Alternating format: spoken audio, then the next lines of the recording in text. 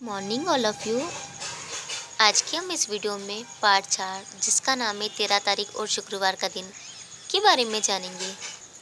प्रस्तुत कहानी प्रथम विश्व युद्ध के दौरान घटित सत्य घटना पर आधारित है, जो न केवल अंधविश्वासों पर चोट करती है बल्कि वीरता और देश प्रेम की भावना को भी स्थापित करती है। यह कहानी प्रथम विश्व युद्ध के दौरान जो घटना घटी थी उस पर आधारित है। ब्राउन अंग्रेजी जहाजी सेना की पनडुब्बी सबमरीन का भूतपूर्व नायक था। नौकरी से रिटायरमेंट के बाद फिलहाल वह पेंशन ही प्राप्त कर रहा था। यानी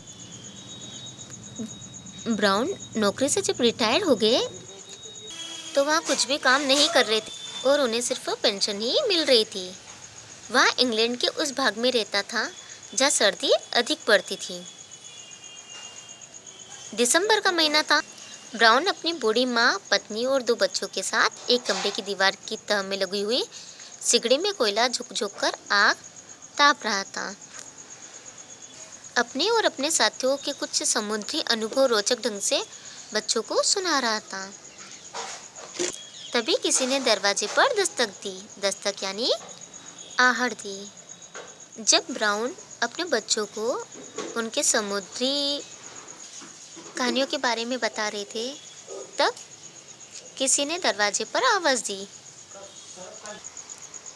ब्राउन की पत्नी बाहर गई और एक तार लेकर आ गई। वह तार उसने ब्राउन को दे दिया। ब्राउन ने जल्दी से तार खोलकर पढ़ा और स्तब्ध रह गया। तार यानी कि जो पत्र होता है उसे कहा जाता है और स्तब्ध का अर्थ होता है स्थिर रह गया। जब ब्राउन ने उस पत्र को पढ़ा तो वो वहीं पर ही स्थिर रह गए। ब्राउन को दंग देखकर माँ ने पूछा, किसका तार है, क्या है इसमें? ब्राउन ने तार पढ़कर सुनाया, तुम तुरंत मुझसे मिलने आओ, विंस्टन चर्चिल। सन 1918 में चर्चिल अंग्रेजी जहाजी बेड़े के मुख्य सलाहकार फर्स्ट लॉर्ड ऑफ एडमिरल्टी थे। यानी कि जो चर्चिल है वो जहाज के मुख्य सलाहकार फर्स्ट लॉर्ड ऑफ एडमिरल्टी थे। जर्मनी में भीषण युद्ध हो रहा था। तुर्की भी जर्मनी के साथ युद्ध में शामिल थे।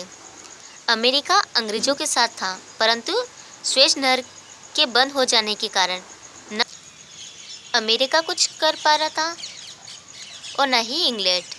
इस नहर के बंद होने के कारण भूमध्य सागर में जर्मनी की पनडुब्बियों और तुर्की के एक ड्रेडनॉट नामक भारी भरकम फौजी जहाज का आक्रमण हुआ। युद्ध ने भयानक रूप धारण कर रखा था। युद्ध की घटनाएं प्राय ब्राउन समाचार पत्र में पढ़ता रहता था। चर्चिल के आकस्मिक संदेश में ब्राउन थोड़ा व्याकुल हो गया था। दूसरे दिन की पहली गाड़ी से ब्राउन लंदन के लिए रवाना हो गया और जैसे ही वह चर्चिल के कार्यालय में पहुंचा, चर्चिल ने उसे तुरंत अपने कक्ष में बुला लिया।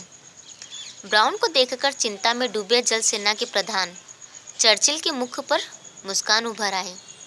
चर्चिल ने कहा, तुमने तुर्की के ड्रेडनॉट के विषय में तो सुना ही होगा। इस जहाज ने भूमध्य सागर में बड़ा उत्पात मचा रखा है। इस कारण जनता को बहुत क्षति पहुंची है, यानी बहुत नुकसान हुआ है। केवल तुम ही इस उत्पात को रोक सकते हो। क्या तुम अपनी मातृभूमि के लिए यहाँ कार्य करोगे?